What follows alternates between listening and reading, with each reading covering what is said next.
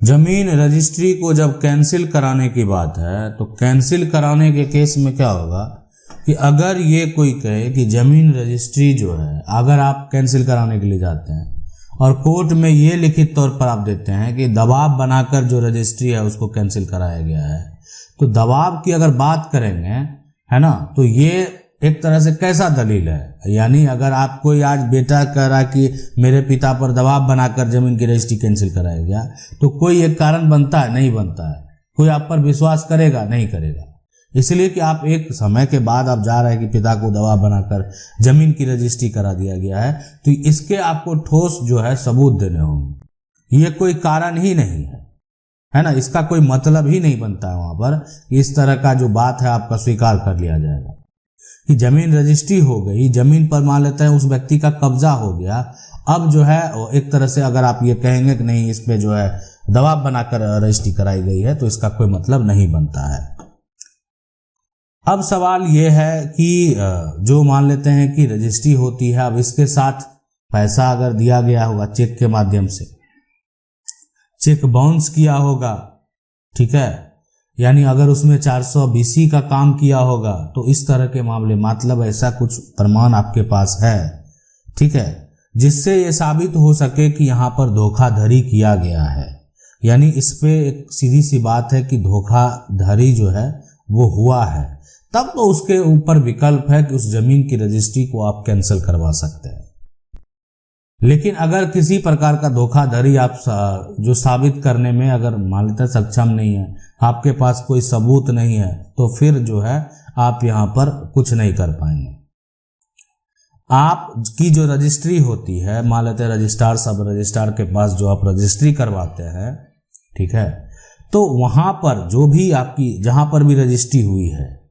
अगर जो विक्रेता है, सीधी सी बात है कि जो विक्रेता है, विक्रेता बेचने वहां पर चला गया, जमीन अब बेचने चला गया, लेकिन जो विक्रेता वहां पर गया है वो विक्रेता ओरिजिनल नहीं है, तो उस केस में विकल्प है कि आप जानकारी के तौर पर, अगर आपको पता चल गया कि मेरी जमीन की रजिस्ट्री हो रही है, अगर आप उसको रोकना चाहते हैं, तो आप रजिस्ट्रार के पास जो या सब रजिस्ट्रार के पास जाकर आप आवेदन जो है जरूर दे दें, ठीक है। आप मतलब एक सूचना दे दिए कैसे, उसके बाद उसको सही तरीके से जो है देखा जाएगा, वेरीफाई किया जाएगा कि सही में इस तरह का मामला है कि नहीं है, ठीक है। अब है कि ये एक तो विकल्प हो गया उस समय कि आप रोक सकते हैं, लेकिन फिर हो गया, पता थोड़ी चला, नहीं हो पता चला, हो गया, जमीन की रजिस्ट्री हो गया। तो अब ये जो समस्या अगर आपको हुआ है, देखें जमीन रजिस्ट्री में अगर थोड़ा भी किसी प्रकार का उलझन है, समस्या है, तो 30 दिन के अंदर आपको प्रयास करना है कि जल्द से जल्द इस समस्या को जो है आप सुलझा सकें, तो आसानी से आप उस पर जो है एक्शन ले पाएंगे, ठीक है। लेकिन अगर मान लेते हैं उस जमीन का दाखिल खारिज भी हो गया, आपको पता है रजिस्ट्री होती है, उसके बाद दाखिल खारिज का प्रक्रिया होता है, दाखिल खारिज हो गया, तो अब तो सरकार का जो रजिस्टर यहाँ पर है, जो रेवेन्यू टैक्स लिया जाएगा वहां पर भी मेंशन हो गया। तो ये जो लिमिटेशन एक्ट है वो क्या कहता है पता है आपको? लिमिटेशन एक्ट में अगर देखें उसका जो शेड्यूल है, उसमें अगर पार्ट 1, पार्ट 2, पार्ट 3 सब पढ़ेंगे तो आपको पता चलेगा। लेकिन पहले जानकारी आप समझ लें कि उसका जो पार्ट 3 में है, कहता है कि नहीं, कोई भी अगर आप जो है आपकी जमीन, अगर कोई भी डीड जो है ना, अगर आपका उसमें किसी प्रकार की कोई भी अगर आप दावा पेश करना चाहते हैं, तो आपको डिक्लेरेशन सूट जो है 3 साल के अंदर करना होगा।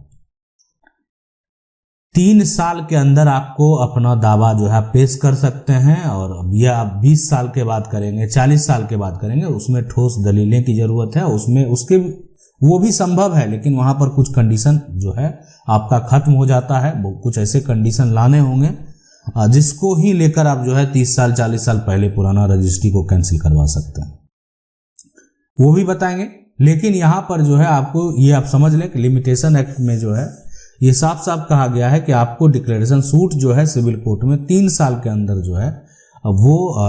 एक तरह से याचिका दायर करना पड़ेगा, और याचिका दायर करने के बाद अगर सही में उसमें त्रुटि पाई गई, सही में उसको अगर लगेगा कि नहीं जज साहब को कि इसमें गलती हुई है, इसमें धोखाधड़ी किया गया है ना, ये गलत है, तो वो फिर जो है आदेश दे देंगे इस सेल डीड को कैंसिल करने का, और ये सेल डीड हो जाएगा कैंसिल। तो ये जो तरीका है। अब इसके अलावा जो यहाँ पर सबसे पहले ये सवाल उठता है कि जो धोखा किया है उस पर क्या होगा। मान लेते हैं जो धोखेबाज निकला है, फर्जी रजिस्ट्री लेकर आ गया है, गलत रजिस्ट्री जो है कर दिया है, उसकी जमीन नहीं थी, उसका हिस्सा नहीं था, फिर भी रजिस्ट्री कर दिया है, या कोई अन्य व्यक्ति आकर उस जमीन की रजिस्ट्री कर दिया है, तो ये सभी जो समस्या है इसको लेकर जो विक्रेता है, देखें यहाँ पर सबसे बड़ी गलती किसकी, विक्रेता की। अब खरीदार तो ये जाके कहेगा जैसे आपके पास हमको नहीं पता था, हमको ये जानकारी नहीं थी कि हमको ये जमीन दूसरे की है, तो वो अगर साफ मुकर जाएगा कि उसको पता ही नहीं था, तो वहां पर कहीं ना कहीं वो बच सकता है। लेकिन उस विक्रेता का क्या होगा, जो विक्रेता मान लेते हैं ये 117 नाम की एक तरह से प्रॉपर्टी है, ये जो है एक तरह से रमेश की प्रॉपर्टी है, ठीक है। अब इसमें क्या हुआ, ये मान लेते हैं रमेश की प्रॉपर्टी है। अब एक कोई व्यक्ति जो है रमेश का पुत्र जो है मोहन बनकर, उसका पिता का नाम है, पिता इसका जो है एक तरह से पिता का नाम दस्तावेज में भी हो सकता है रमेश होगा, तो ये क्या किया कि पिता का जो है एक तरह से इसका पिता रमेश का बेटा का नाम जो है वो मान लेते हैं राजेश है, ठीक है। तो अब राजेश को जाना चाहिए, लेकिन मोहन क्या किया, जमीन की अगर रजिस्ट्री कर देता है तो मोहन रजिस्ट्री कर दिया, बेच दिया, जो व्यक्ति खरीदार है, ठीक है, रजिस्ट्री हो गया। अब खरीदार क्या किया, जमीन पर कब्जा कर लिया, ठीक है, कब्जा कर लिया, म्यूटेशन भी करा लिया। तो इस केस में यानी अगर ऐसा होता है तो इस केस में साफ साफ यहाँ पर कहा गया कि अगर ये 3 साल आप जो है समय के अंदर आपको जो है अगर ऐसा कर दिया गया है तो लिमिटेशन एक्ट जो है के तहत आप जो है डिक्लेरेशन सूट जो है सिविल कोर्ट में आप डाल दें। अब आप कहेंगे ये मामला तो बड़ा धोखाधड़ी का है, तो हम आपको बता दें इस मामले में कोई ज़रूरी नहीं है, पुराना ज़्यादा समय भी हो गया है, 10 साल भी हो गया, 20 साल भी हो गया, तो भी आप जा सकते हैं अगर ये बात आप साबित करने में है कि मोहन तो उस परिवार का है ही नहीं। तो यहाँ तो साफ साफ फर्जीवाड़ा किया गया है, तो ऐसा फर्जीवाड़ा है कि आसानी से साबित हो सकता है। इस प्रकार की अगर कोई त्रुटि करता है तो फिर सिविल कोर्ट में डिक्लेरेशन फाइल होगा। साथ में जो धोखा किया है उस जो जमीन रजिस्ट्री है उस पर 420 का भी मुकदमा आप दर्ज कराएंगे, ठीक है। अब ये जो है यहाँ पर ये होगा क्रिमिनल कोर्ट में, इसलिए मामला जो है यहाँ पर क्रिमिनल कोर्ट में आपको जो है इसको दायर करना। तो मतलब ये तो फ्रॉड कर दिया, ये तो एक तरह से सिविल केस के मामले और क्रिमिनल केस के मामले दोनों में तो अंतर है ही। तो ये क्रिमिनल कोर्ट में आप डाल दें, है ना, कि आप जो है आपकी रजिस्ट्री तो कैंसिल होगा ही, साथ में आपके साथ इस तरह का धोखा किया गया है। खास करके अगर आपका सिविल का फैसला हो गया तो भी आप चाहते हैं उसको जेल भेजना जो आपके साथ धोखा किया है, तो आप क्रिमिनल कोर्ट जा सकते हैं। तो आईपीसी का धारा है, आईपीसी का धारा 420 जो है, ठीक है, धारा 420 जो है इसके साथ जो है धोखाधड़ी का मुकदमा वो आप दायर कर सकते हैं। अगर किसी प्रकार का कोई भी धोखा हुआ है, जमीन विवाद हो या अन्य विवाद हो, कहीं पर किसी प्रकार का धोखा हुआ है, तो उस केस में मान लेते हैं अगर ऐसा हुआ है,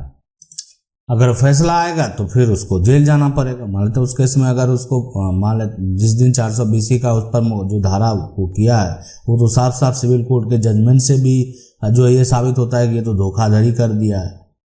तो वहां पर धोखाधड़ी और भी गलत तरीके अगर वो दस्तावेज बनाए तैयार किए हैं तो और भी धारा उस पर लगाया जा सकता है।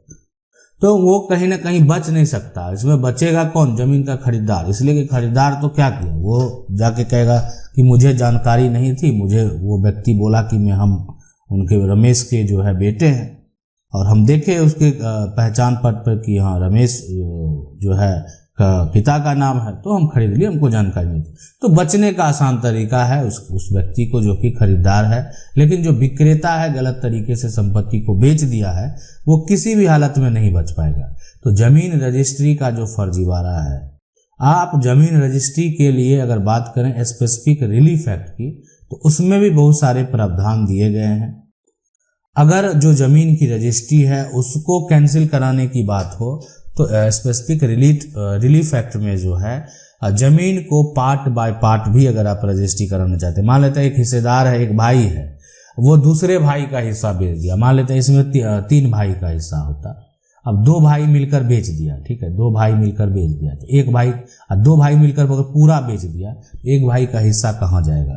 तो यहाँ पर प्रावधान जो स्पेसिफिक रिलीफ एक्ट में है कि कि पार्ट बाय पार्ट भी आप रजिस्ट्री कैंसिल करा सकते हैं। मतलब आप अपना हिस्सा जो है वो सिर्फ रजिस्ट्री कैंसिल कराना चाहते हैं तो करा सकते हैं, बाकी 2 बेच दिया है तो अपना हिस्सा उसका गया, पूरी रजिस्ट्री को आप क्यों कैंसिल कराएंगे।